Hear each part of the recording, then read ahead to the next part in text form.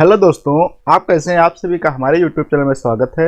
आज का हमारा ये पार्ट है जो काइनेमेटिक्स, यह पार्ट नंबर 5 है। इसके पहले मैंने 4 पार्ट बना दिए, उसमें मैंने काफ़ी बातें कर ली हैं कि रेफरेंस फ्रेम क्या होता है, पोजीशंस क्या होते हैं, डिस्टेंस क्या है, डिस्प्लेसमेंट क्या है, वेलोसिटी क्या है, स्पीड क्या है, एक्सेलरेशन क्या है, और उन पे मैंने काफ़ी एग्जांपल्स भी किए हुए हैं। आज हम बात करेंगे कि जो है काइनेमेटिक्स में क्या हम इक्वेशंस पढ़ते हैं, काइनेमेटिक्स की क्या इक्वेशंस होती हैं और उनसे कुछ जुड़े हुए क्वेश्चंस करते हैं। क्योंकि अगर मान लिया कोई व्यक्ति चल रहा है तो वह अगर 5 मीटर पर सेकंड के जो है दर से चल रहा है स्पीड से, तो वह फिर 10 सेकंड बाद कहाँ पे पहुँचेगा, कितनी दूरी होगी, इन सारे प्रकार की समस्याओं का हल हम आज करेंगे इस जो है वीडियो में। तो बिना देर किए करते हैं प्रारंभ। तो अगर हम बात करें कि इक्वेशन ऑफ द काइनेमेटिक्स, तो इक्वेशन ऑफ काइनेमेटिक्स क्या होती हैं कि यहाँ पे कुछ जो टर्म यूज करते हैं उनको पहले हम समझ लेते हैं कि U क्या होता है। इनिशियल वेलोसिटी होती है किसी पार्टिकल की जब समय क्या होता है, जीरो होता है। तो जब जीरो होगा टाइम, तो उस वेलोसिटी को क्या कहा जाता है, इनिशियल वेलोसिटी कहा जाता है। इनिशियल मतलब जब हम चलना प्रारंभ करते हैं, जो सबसे पहले हमारी इंस्टेंटेनियस स्पीड होती है चलने से पूर्व, वही क्या कहलाती है, हमारी इनिशियल वेलोसिटी कहलाती है। v क्या होती है, फाइनल वेलोसिटी होती है। इसको इस v से लिखा जाता है। और ये फाइनल वेलोसिटी कब है, जब टाइम t सेकेंड पे, अर्थात मान लिया हम 2 घंटे चलते हैं तो 2 घंटे बाद जब हम रुकना चाहते हैं तो उससे पहले जो हमारी स्पीड होती है वही क्या कहलाती है, फाइनल वेलोसिटी कहलाती है। ए क्या होता है, हमारा एक्सेलरेशन होता है ऑफ द पार्टिकल। एक्सेलरेशन का मतलब हमने पहले वीडियो में बात किया था, एक्सेलरेशन जो होता है किसी बॉडी की जो है स्पीड की दर को चेंज करने काम करता है। हो सकता है वह स्पीड हमारी बढ़ा दे या हो सकता है स्पीड को घटा दे। जैसे कि हम साइकिल चलाते हैं तो साइकिल जब काफ़ी तेज चलाना प्रारंभ करते हैं तो हमारा एक्सेलरेशन वहाँ पे क्या कार्य कर रहा होता है, बढ़ाना कार्य करता है, अर्थात एक्सेलरेट करता रहता है साइकिल को। और जब हम ब्रेक लगाते हैं तो उसको डी एक्सेलरेट, अर्थात साइकिल को धीरे धीरे रोकने की कोशिश करता है। तो एक्सेलरेशन हमारे सामान्यतः 2 प्रकार के हो सकते हैं, एक जो बढ़ाते हैं साइकिल को, एक घटाते हैं। और अगर देखा जाए तो एक और प्रकार का होता है कांस्टेंट एक्सेलरेशन, जो कि हमारे स्पीड को ना ही चेंज करते हैं और ना ही बढ़ाते ना ही घटाते हैं। और अगर बात करें एस, यहाँ पे क्या होता है, तो एस जो रिप्रेजेंट करता है कि डिस्टेंस जो है पार्टिकल कितनी जो है कवर कर रहा है इन टाइम टी में। और एस एन क्या होता है, हमारा डिस्टेंस जो होता है ट्रेवल बताता है कि nth समय में उसने कितनी डिस्टेंस कवर की है। तो अगर हमारा अब इसमें केस कुछ आते हैं, यदि क्या है पार्टिकल जो है क्या है, जीरो एक्सेलरेशन से मोशन कर रहा है।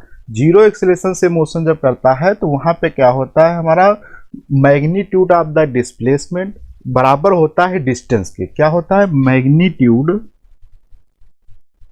मैग्नीट्यूड को हम सेम जो है मॉड के अंदर लिखेंगे तो डिस्प्लेसमेंट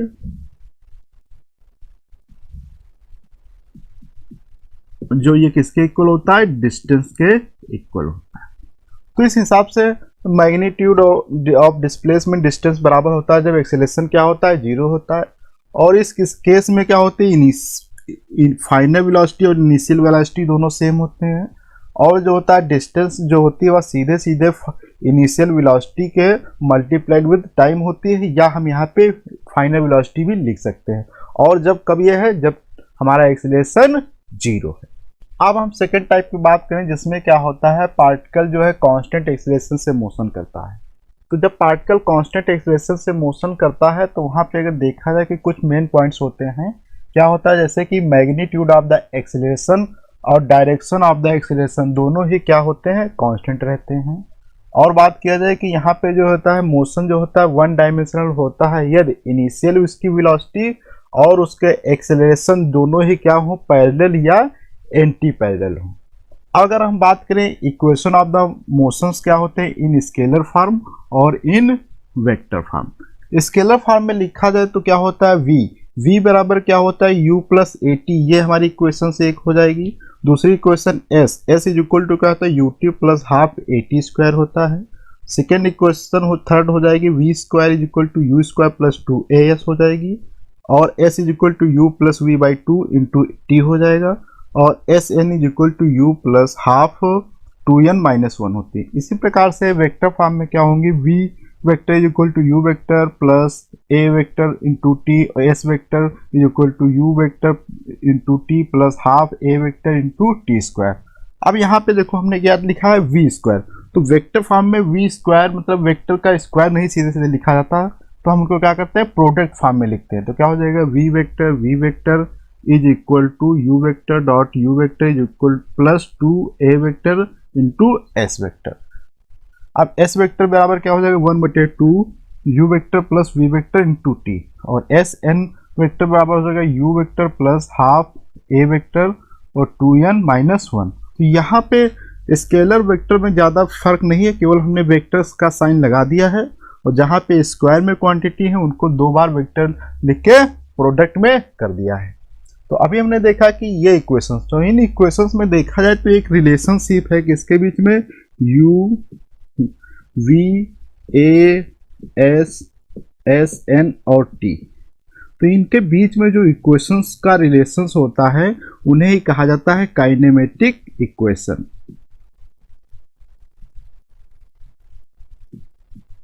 जो कि ये हमारी इक्वेशंस यहाँ पे जो ये लिखी हैं ये सब क्या है, काइनेमेटिक इक्वेशंस हैं, क्योंकि यहाँ पे देखो रिलेशन क्या है, u v a s n and t के बीच में रिलेशन। अब हम यहाँ पे कुछ इंपॉर्टेंट पॉइंट बात करते हैं। अगर मोशन क्या है, बॉडी कांस्टेंट एक्सेलरेशन या यूनिफॉर्म एक्सेलरेशन से कर रही, तो यहाँ पे अगर हम बात करें जैसे एस बराबर हम जानते हैं एस इज इक्वल टू होता है U T plus half a t square. अभी हमने ये जो है रिजल्ट लिखा था, तो यहाँ पे क्या है यूनिफॉर्म एक्सेलरेशन मतलब ए क्या होगा कांस्टेंट, ये तरफ है तो मान लो उसको के है, और ये अगर इनिशियल से प्रारंभ करता है तो इनिशियल वेलोसिटी क्या होती है, यू 0 होगी। तो इस केस में हमारा यहाँ से रिजल्ट प्राप्त हो जाएगा 1/2 ए के स्थान पे हम के लिख सकते हैं इंटू टी स्क्वायर हो जाएगा। तो यहाँ से हम लिखेंगे S1 इज इक्वल टू 1/2 के इंटू T1 स्क्वायर। इसी प्रकार से S2 बराबर लिखते हैं 1/2 के इंटू T2 स्क्वायर। इस इक्वेशन हम इसे 1 मान लें, इसे इक्वेशन 2 मान लेते हैं। तो अब हम क्या करें, इक्वेशन 1 को इक्वेशन 2 से अगर डिवाइड कर देते हैं तो क्या होगा, S1 by S2 is equal to हो जाएगा 1/2 के इंटू T1 स्क्वायर बटे 1/2 के इंटू T2 स्क्वायर। तो यहाँ से ये कैंसिल आउट हो जाएगा, अर्थात S1 बटे S2 बराबर आ जाएगा हमारा T1 square by T2 square. तो यहाँ से हम अगर सीधे सीधे एक रिजल्ट लिखें तो हमें प्राप्त होता है S proportional to T square है। तो यहाँ से हम देख रहे हैं कि जो है अगर इनिशियल वेलोसिटी जो है u से कोई व्यक्ति चलना प्रारंभ करता है और यूनिफॉर्म अगर उसका एक्सेलरेशन है तो जो डिस्प्लेसमेंट है वो डायरेक्टली प्रोपोर्शनल है टाइम के स्क्वायर के। अब यहाँ पे अगर हम एग्जांपल एक ले लेते हैं, जैसे मान लिया कि 1 सेकेंड में, 2 सेकेंड में और 3 सेकेंड में अगर कोई व्यक्ति चल रहा है तो उसका रेशियो क्या होगा डिस्टेंस का। तो इसमें क्या होगा लिखेंगे हम, तो T1 का स्क्वायर रेशियो T2 का स्क्वायर रेशियो T3 का स्क्वायर। ये किसके रेशियो इक्वल होंगे, ये रेशियो हमारे होंगे S1 रेशियो, S2 रेशियो और S3, यहाँ से आ जाएगा। तो यहाँ पे अगर हम मान पुट कर देंगे तो क्या होगा 1 square ratio 2 square ratio 3 square, अर्थात यहाँ से 1 रेशियो 4 रेशियो 9 आ जाता है, किसके बराबर, S1 रेशियो, S2 रेशियो और S3 रेशियो। तो इस प्रकार से एक ये नॉर्मल कंडीशन है। तो यहाँ से हम अगर कभी भी क्वेश्चन में दिया गया हो कि इनिशियल वेलोसिटी से चलना प्रारंभ करता है और यूनिफॉर्म एक्सेलरेशन है, तो सीधे सीधे उसका जो है डिस्प्लेसमेंट जो है हम यहाँ से कैलकुलेट कर सकते हैं, ना कि ये पूरा प्रोसेस करके। अब हम यहाँ पे एक और रिजल्ट की बात करते हैं, जिस रिजल्ट में हम देखेंगे कि जो है एक्सेलरेशन जो है अगर यूनिफॉर्म है तो वहाँ पे जो है हमारी डिस्टेंस किस प्रकार से फर्स्ट टाइम के लिए, सेकंड के लिए, थर्ड सेकंड के लिए इस प्रकार से कैसे प्रोपोर्शनल है। तो उसके लिए हमने यहाँ पे एक रिजल्ट लिया Sn is equal to ut plus half a और इंटू 2n-1। तो यहाँ पे क्या है, ए एक्सेलरेशन है, यू इनिशियल वेलोसिटी, Sn जो है डिस्टेंस है इन nth सेकंड के लिए, और n जो है नंबर बताया किस सेकंड में हमें कैलकुलेट करना है। तो अगर रेस्ट से चलना प्रारंभ करेगा तो u बराबर 0 हो जाएगा, और हमने a यूनिफॉर्म इसको इसलिए k मैंने सपोज कर लिया। तो यहाँ पे क्या हो जाएगा, a के स्थान पे k पुट कर देंगे तो Sn is equal to k/2 2n-1 आ जाएगा। यहाँ से अब हम क्या करते हैं, फर्स्ट जो है सेकंड के लिए मान लिया n1 सेकंड कोई है, तो n1 सेकंड के लिए क्या हो जाएगा 2n1 -1। इसी प्रकार से n2 सेकेंड के लिए बात करें तो Sn2k/2 2n2 -1। First equation second equation को क्या करेंगे, डिवाइड कर देंगे, तो Sn1 बटे Sn2 बराबर k/2 2n1 -1 बटे k2 2n1 -1 हो जाएगा। यहाँ से k/2 कैंसिल आउट हो जाएगा, तो बचेगा 2n1 -1 और 2n2 -2। तो यहाँ से ये क्या है, देखो डायरेक्टली प्रोपोर्शनल। तो इस प्रकार से हम इस रिजल्ट को लिख सकते हैं Sn प्रोपोर्शनल टू 2n-1। अब इसके बाद यहाँ से हम देख सकते हैं कि सीधे सीधे रिजल्ट हम निकाल सकते हैं। जैसे दिया गया है कि फर्स्ट सेकेंड, सेकेंड सेकेंड और थर्ड सेकेंड के लिए जो हमें डिस्टेंस के क्या है, रेशियो बताने। तो डिस्टेंस के रेशियो था Sn1, Sn2 और Sn3 निकालने। तो Sn1, Sn2 और Sn3। तो फर्स्ट के लिए हमने n1 बराबर 1 मान लिया, n2 को 2 मान लिया और n3 को जो हमने मान लिया यहाँ पे 3 मान लिया, ठीक है। तो यहाँ से अब हम क्या करते हैं, पुट कर देंगे। तो पुट करेंगे तो क्या हो जाएगा इस फार्मूले में, तो क्या हो जाएगा 2n1 2n2 2n3। तो ये प्रोपोर्शनल साइन इसमें रखेंगे तो हमें ये रिजल्ट प्राप्त हो जाता है। Sn1 ratio Sn2 ratio Sn3 बराबर हो जाएगा 1:3:5 आ जाता है। बहुत आसानी से देखा हमने कि इस टाइप के क्वेश्चन कर सकते हैं बिना इस पूरे प्रोसेस के, केवल हमें ये रिजल्ट यदि याद हो। अब यदि हम बात करें कि कोई जो है ऑब्जेक्ट क्या है ए से बी तक जो यूनिफॉर्म एक्सीलरेशन से क्या कर रहा है, मोशन कर रहा है, ए से बी तक जाता है। इसके बीच में एक मध्य पॉइंट है सी, जिसे मिड पॉइंट नाम से जाना जाता है। तो ए पे जो है इसकी वेलोसिटी क्या है, v1 है, और बी पे इसकी वेलोसिटी क्या है, v2 है। तो मिड पॉइंट पे अगर वेलोसिटी v हो तो उसका मान कितना आएगा, तो v = √v1 + v2² 2 होता है। ये आप रिजल्ट याद रख सकते हैं। किस प्रकार से आता है इसका हम डेरिवेशन किसी अगले वीडियो में बात करेंगे। अब हम बात करें कि क्या क्या डायरेक्शंस होती हैं वेक्टर की अगर कोई मोशन स्ट्रेट लाइन में कर रहा है। तो स्ट्रेट लाइन में मोशन अगर कर रहा होता है तो जैसे कि कौन कौन से, जैसे हमारी पोजीशंस के क्या उसके साइन होंगे, अर्थात निशान डिस्प्लेसमेंट के, वेलोसिटी और एक्सेलरेशन के। क्योंकि हम काइनेमेटिक्स में जो इन्हीं 4 पॉइंटों में बात करते हैं, तो वहाँ पे हमने अभी देखा था काइनेमेटिक्स की इक्वेशन थी जैसे S = ut + ½ at² था। तो वहाँ पे क्या किसी चीज़ का सिंबल्स यूज किया जाएगा। जैसे हम अगर यहाँ पे सिंपली के ले लें v² = u² + 2as, ठीक है। तो यहाँ पे अब जो है a का क्या निशान होगा, पॉजिटिव कब होगा, कब नेगेटिव होगा। इसी प्रकार से s का कब जो होगा हमारा पॉजिटिव सिंबल होगा और कब नेगेटिव होगा। इसी प्रकार से u जो है हमारा v, तो यहाँ पे ये स्क्वायर में है तो चाहे हम पॉजिटिव लें चाहे नेगेटिव लें उससे कोई फर्क नहीं पड़ेगा, क्योंकि हमेशा वो पॉजिटिव में ही कन्वर्ट हो जाएगा।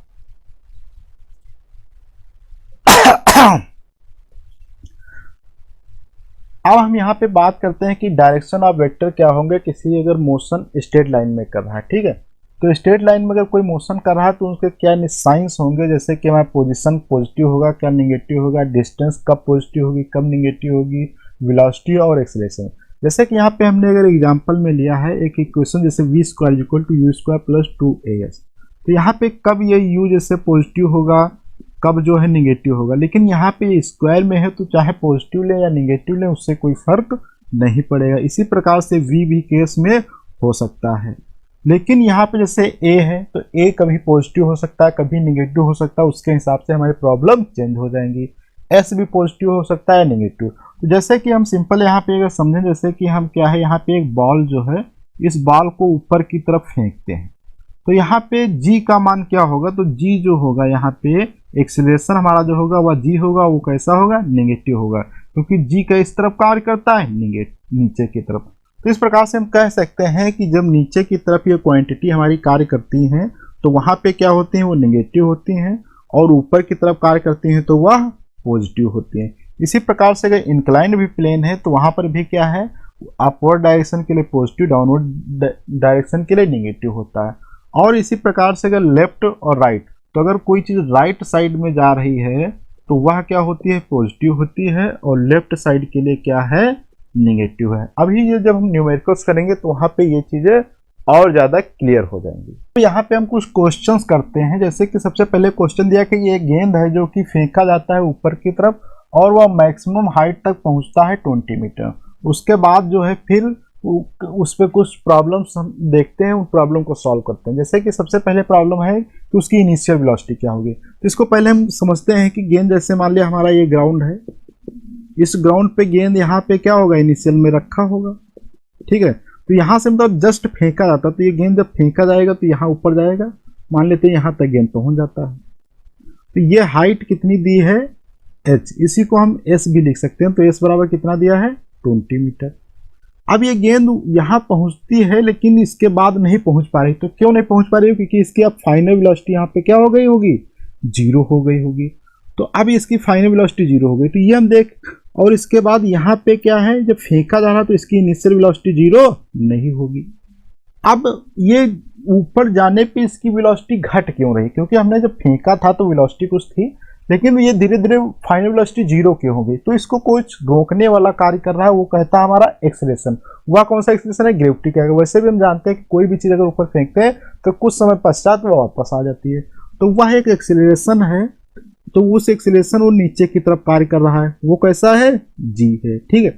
तो यहाँ पे ये g, और g का मान यहाँ पे दिया गया है 10 मीटर पर सेकेंड स्क्वायर। तो यहाँ पे अब हम देखते हैं कि g नीचे की तरफ कार्य कर रहा है और ये डिस्टेंस कैसी है, ऊपर की तरफ दी गई है। तो यहाँ पे डिस्टेंस जो अगर लिखें s, तो s कैसा होगा, पॉजिटिव का होगा 20 मीटर। और एक्सेलरेशन a है, ये नीचे की तरफ कार्य कर रहा है, तो क्या होगा, निगेटिव का g हो जाएगा। और u कैसा दिया है, 0 नहीं है, और v कैसा दिया गया है, 0 है। तो यहाँ से हम क्या करते हैं, हम एक रिलेशन लिख लेते हैं। हमें पता है कि क्या होता है, u v square is equal to u square plus 2as, ये हम रिलेशंस जानते हैं। इस रिलेशन में सारी चीज़ों को पुट कर देते हैं, तो क्या s के स्थान पे क्या करेंगे, 20, a के स्थान -g, u 0 नहीं है, और v के स्थान पे 0, तो था 0 का square is equal to u square plus 2 गुड़े माइनस का g गुड़े s के स्थान पे कितना दिया है, 20, वो भी पॉजिटिव है। तो यहाँ से हो जाएगा u स्क्वायर माइनस का 2, g के स्थान पे भी हम मान पुट कर दें, दिया गया है जैसे यहाँ पॉजिटिव रहेगा, तो g का ये माइनस है, तो अब यहाँ पे माइनस आगे आ जाएगा। तो कितना दिया गया है, 10, तो 10 यहाँ पे हो जाएगा इंटू 20। तो यहाँ पे हम क्या करते हैं, ये इस तरफ ले जाएंगे, तो u square is equal to 2, तो यहाँ से मल्टीप्लाई करेंगे तो क्या हो जाएगा, 400 हो जाएगा यहाँ से। तो 400 u स्क्वायर बराबर आ जाता है हमारा 400। तो u बराबर क्या करेंगे, इसका रूट 1 ले लेंगे, तो 4 ये हो जाएगा। अब इसको हम क्या लिख सकते हैं, 20 गुड़े 20, तो यहाँ से आ जाएगा हमारा 20 मीटर पर सेकेंड, जो है हमारी इनिशियल वेलोसिटी आ जाती है। तो इस प्रकार से ये जो हमने फर्स्ट केस को आसानी से सॉल्व कर लिया। अब यहाँ पे सेकेंड इसी में प्रॉब्लम पूछी गई कि टाइम बताना है कि जब ये हाईएस्ट पॉइंट पे पहुँचता है। तो हाईएस्ट पॉइंट पे पहुँचता है, तो हमने देखा था कि हाईएस्ट पॉइंट पे क्या है, v 0 हो जाता है। तो हमें टाइम बताना है, तो हम एक रिलेशन जानते हैं, u इज इक्वल टू या v is equal to u plus 80।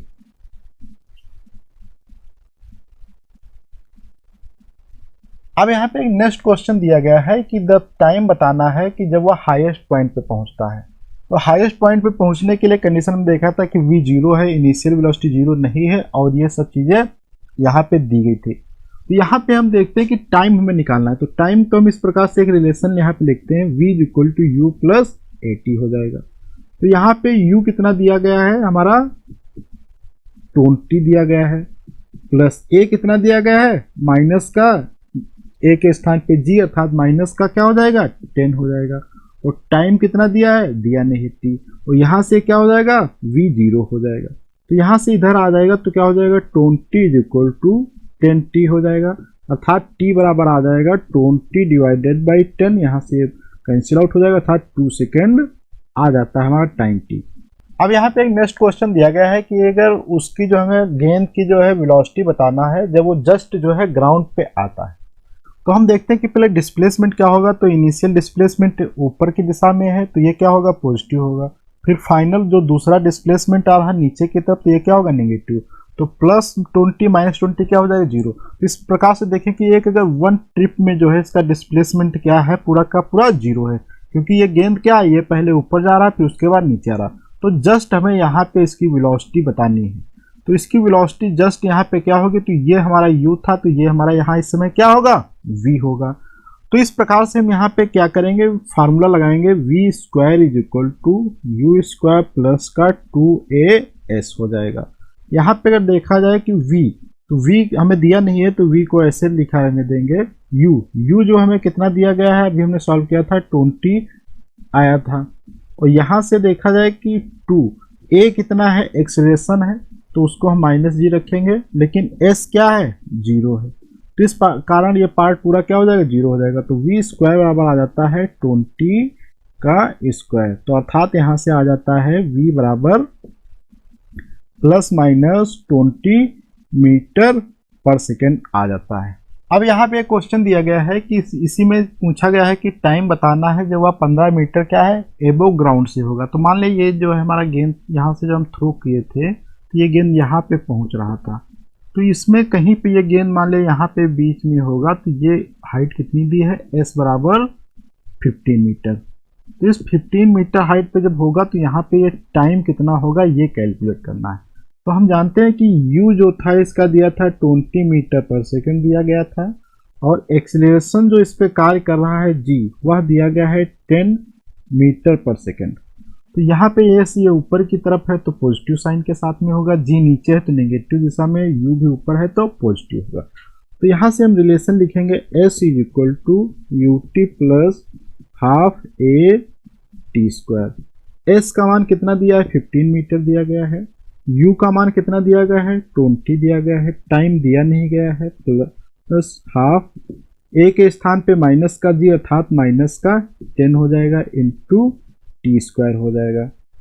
यहाँ पे क्या होगा कि 20t हो जाएगा और माइनस ये 5 कैंसिल हो तो 5t² हो जाएगा 15 बराबर।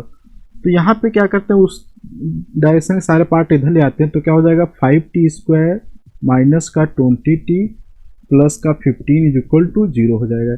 इनमें अगर 5 हम कॉमन ले लेते हैं तो क्या हो जाएगा t² माइनस का 4t प्लस का 3 = 0, अर्थात यहाँ से हमें प्राप्त होगा t² माइनस का 4t प्लस 3 बराबर 0 आ जाती है। ये हमारी एक क्या है क्वाड्रेटिक इक्वेशंस बन जाती है। अब इस क्वाड्रेटिक इक्वेशंस को हम आसानी से सॉल्व कर सकते हैं। तो इसका सॉल्यूशन अगर यहाँ पे हम लिखें तो क्या होगा, t² माइनस का यहाँ 4 के स्थान पे हम लिख सकते हैं 3 + 1 t प्लस 3 = 0। तो यहाँ से होगा t² माइनस का 3t माइनस का t प्लस का 3 = 0। यहाँ पे t हम कॉमन ले लेते हैं तो बचेगा t -3, यहाँ पे -1 कॉमन लेंगे तो बचेगा t -3 = 0। इन दोनों में t -3 हम कॉमन ले लेते हैं तो बच जाएगा t -1 = 0। तो यहाँ से आ जाता है t बराबर 3। इस हिसाब से हम देखते हैं कि यहाँ पे t क्या है, इसका समय 3 सेकेंड और 1 सेकेंड आता है। तो यहाँ पे 2 समय है, इसका मीनिंग क्या है कि एक समय होगा हमारा, तो यहाँ पे जो 2 समय हैं इन दोनों समय का मीनिंग है कि जब ये t बराबर 1 सेकेंड है, इसका जब ये गेंद ऊपर की दिशा में जा रही होगी तो यहाँ पे ये क्या होगा t बराबर 1 सेकेंड होगा। तो ये ऊपर जाते समय का है समय, और ये जब t बराबर 3 सेकेंड है तो ये जब गेंद नीचे की तरफ आ रही, तो क्योंकि जाते समय इसकी वेलोसिटी वहाँ पे क्या होती है ज़्यादा तेज होगी, इसलिए वहाँ पे समय कम लेगा, और नीचे आते समय इसकी वेलोसिटी जब है घट जाती है तो इसलिए क्या होगा यहाँ पे t बराबर 3 सेकेंड ये पे होगा। तो आज के वीडियो में हम इतने न्यूमेरिकल सकते हैं। अगर आप ज़्यादा न्यूमेरिकल करना चाहते हैं तो आपको हमारे जो वीडियो के डिस्क्रिप्शन बॉक्स में PDF मिल जाएगी, आप वहां से उसको डाउनलोड कर लीजिए। उसमें मैंने काफ़ी न्यूमेरिकल्स दिए हैं और उनका सॉल्यूशन भी वहां पे है, आप वहां से कर लीजिए। तो आज के वीडियो में इतना रखते हैं, अगले वीडियो में मिलेंगे। जब तक के लिए धन्यवाद। यदि आपने अभी तक हमारे वीडियो को सब्सक्राइब नहीं किया तो सब्सक्राइब कर लीजिए तथा अपने दोस्तों को वीडियो शेयर भी कर दीजिए और साथ में लाइक करना ना भूलें। जब तक के लिए धन्यवाद।